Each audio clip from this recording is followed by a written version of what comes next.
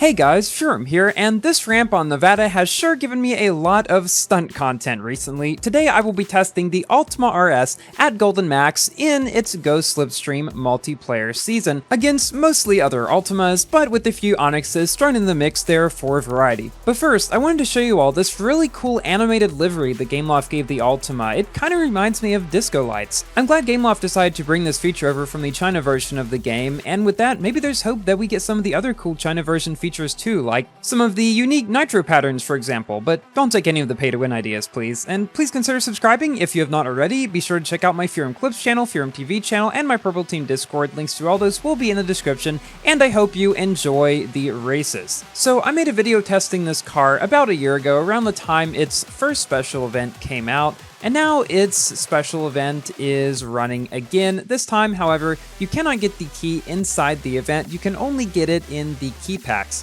The event itself, however, is a very good way to get a lot of credits and tokens with cars that I feel like most people will probably have at least at some level. So even if you are not interested in the Ultima RS in the slightest, I would still recommend trying to get as far in the special event as you can, because there's not a whole lot of requirements. You won't really have to star many cars up in order to get to a lot of the higher ones. Obviously, at some point you may get stuck, but for the most part, it's fairly easy. In my previous video about the Ultima, I said that it was a really great car for floaty lovers because it can do them very well, and you'll see some of them later on in this video.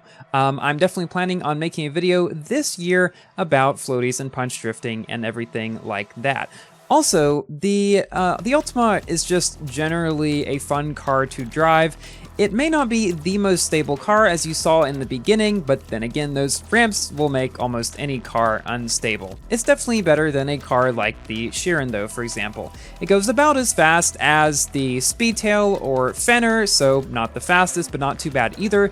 Its drifting and handling are both very good, and its nitro is perfectly passable for a high-end S-Class car. I had a lot of fun driving this one, particularly on tracks that were more twisty in fact, because the car just gets so well around most of the turns, and when you do a floaty properly, it really feels quite satisfying. You all will be happy to know that I have some very good news about the future of the best and worst cars in each class list series. The last video we did was a year and a half ago, but just recently we have started working on an updated version of that video. Or I should say, videos in this case. We're going to be doing a separate video for each class in the game, starting from D class and going up to S class. These videos will include 3 separate tier lists most likely for Classic Multiplayer, Go Slipstream Multiplayer, and Events, and likely they may even include more detail on some particular cars themselves, if they are particularly good or bad, for example. And we're going to be able to do this because since they're in separate videos, we'll be able to put more detail into each one. Now, somebody has made tier lists recently for all the cars in every class as of the most recent Winterfest update. So that is the update that we will likely be basing all of these lists on. I am hoping to have the first video of the series D-Class out within a couple of weeks, and the full sequence of 5 videos out within a couple of months. But given the huge nature of this project, we'll have to see if that actually comes to fruition. We do have a team of around 10 people working on it though, so I'm optimistic that we'll be able to get this done in a timely manner, because this is the project that I'm going to be planning to be spending most of my time on, at least that I'll be spending on videos over the next couple of months, because I really want to make this as comprehensive, detailed, and accurate of a series of videos as possible, but that's going to definitely take some work. The other thing that is going to take some work is my last semester of college, which starts in about a week on this coming Monday. So probably after that time, you can expect the frequency of videos to go down slightly. I know I've been posting around 3 times a week over the holiday break, but I likely will go back down to around 2 videos a week once school starts back, because I am also working part-time during that as well. So just a lot of things going on, but of course, still planning to keep on making the content, particularly those best and worst cars in each class list videos for the next couple of months. Obviously, there will still be multiplayer content too. I'm planning to make videos about the Bentley Mulliner Bacalar and the McLaren 765 LT very soon, both of which I have upgraded to 3 stars. Possibly also the Parga, but I'm a bit less optimistic on being able to actually get decent races in that one. We'll have to see though. And while we're on the topic of Drive Syndicate 6 cars, I most likely will not be able to get the 968. I thought I was going to be able to, but after spending a lot of Syndicate coins on the most recent Belite upgrades, and then buying some packs for the 9X8, and actually buying the ones in the Legends store, the Syndicate store, whatever you want to call it for that car, I think I would be around 10 blueprints short at the end, which is kind of unfortunate.